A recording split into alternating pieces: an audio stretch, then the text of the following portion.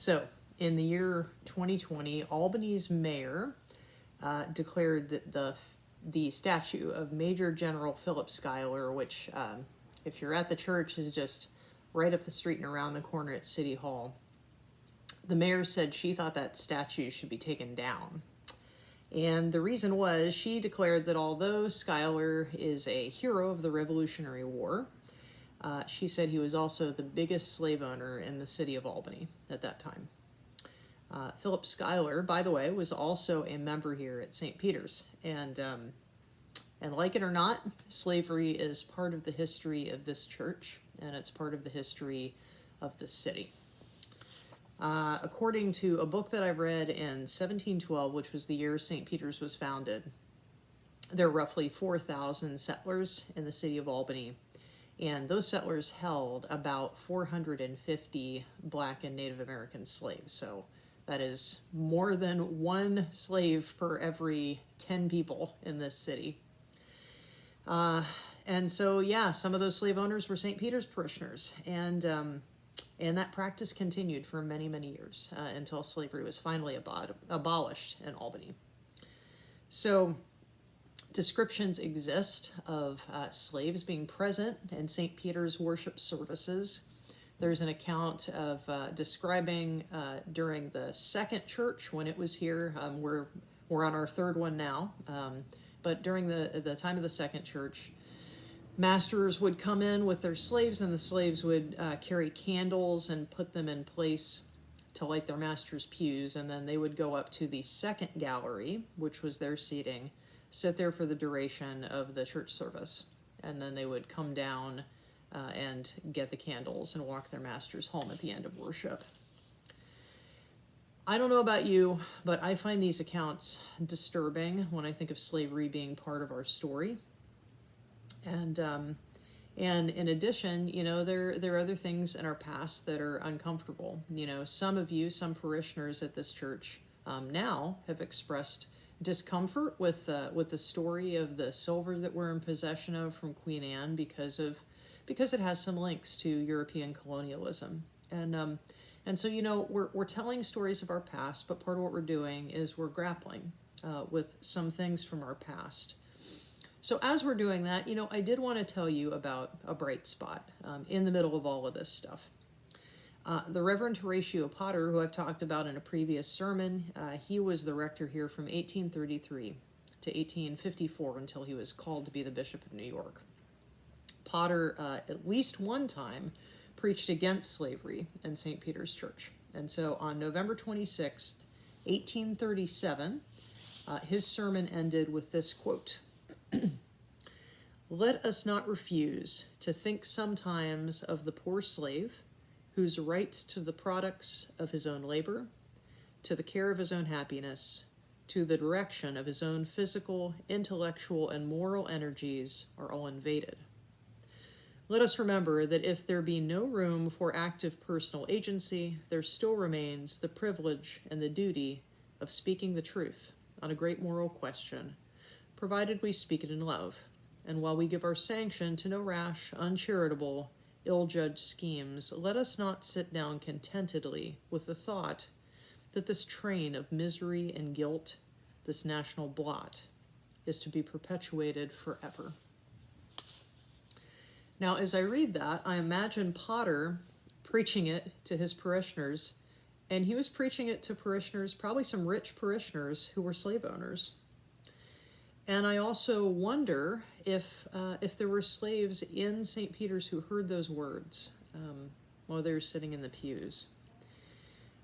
And I thought, man, I hope I always have the moral courage, that I would have the moral courage to do something like that Potter did in that situation.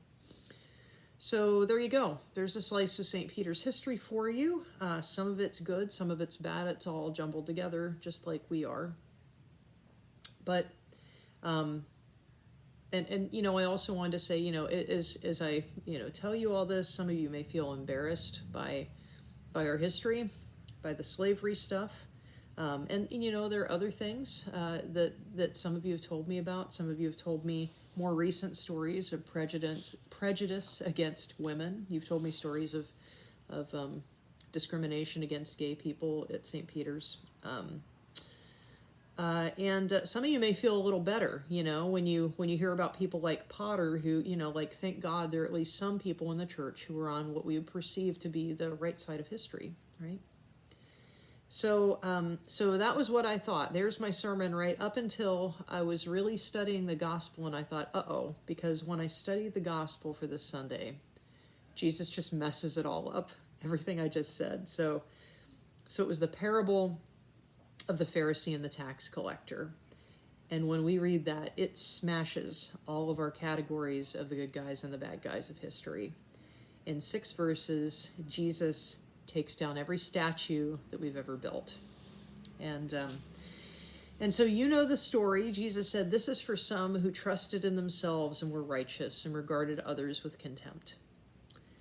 That's me, by the way. So when you hear this story, I am the one who is feeling really good about not being a slaveholder. And I'm feeling good about not making any of the moral gaffes that our brothers and sisters have made at St. Peter's over the years.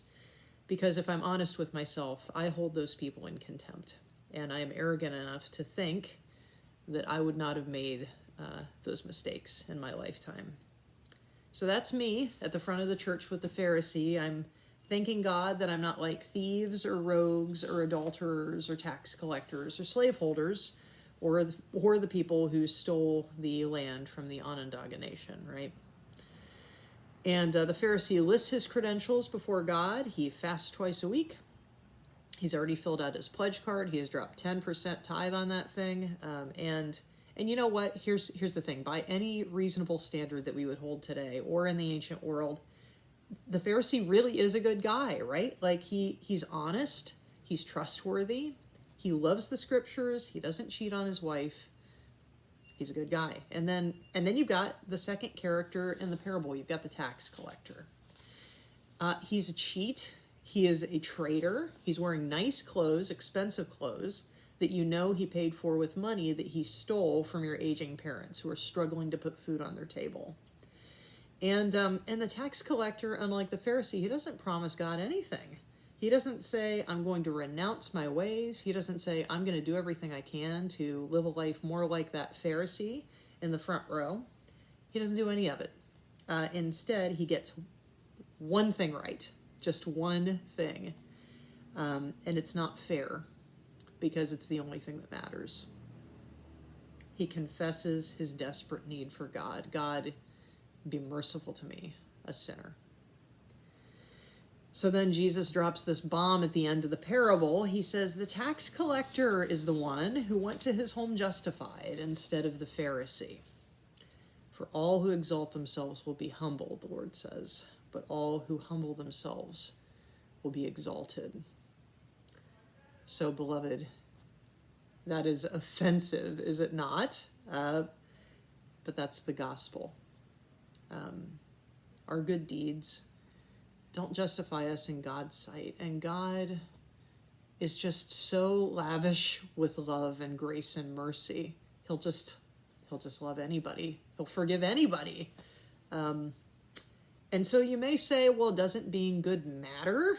And yeah, of course it does.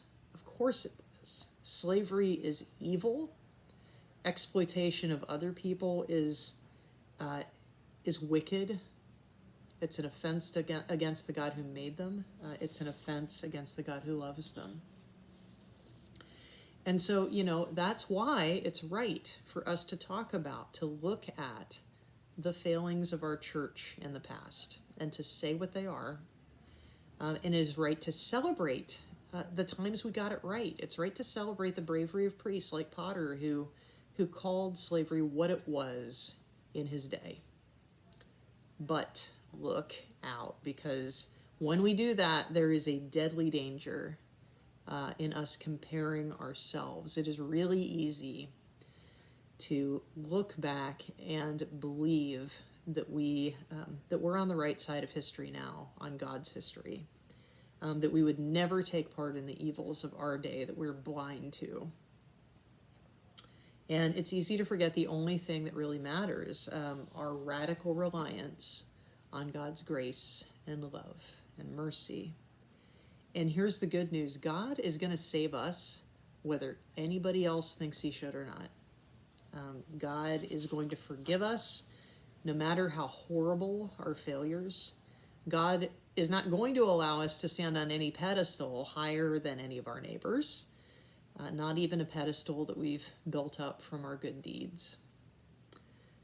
Our Lord Jesus is the only one who is set above all others, and he is not on a pedestal. He is lifted up on a cross. So our place is at the level ground of the foot of the cross. It's at that place at his feet, looking up at him, standing shoulder to shoulder with everybody else. And as we look at him on the cross, we can see what greatness actually looks like, what love actually looks like. We can see what we really need. And we can accept it because it's love that's already given, it's already poured out, it's already freely offered, even in this moment. And we only have to do one thing. We only have to get one thing right. We look at him and we say, God, be merciful to me, a sinner.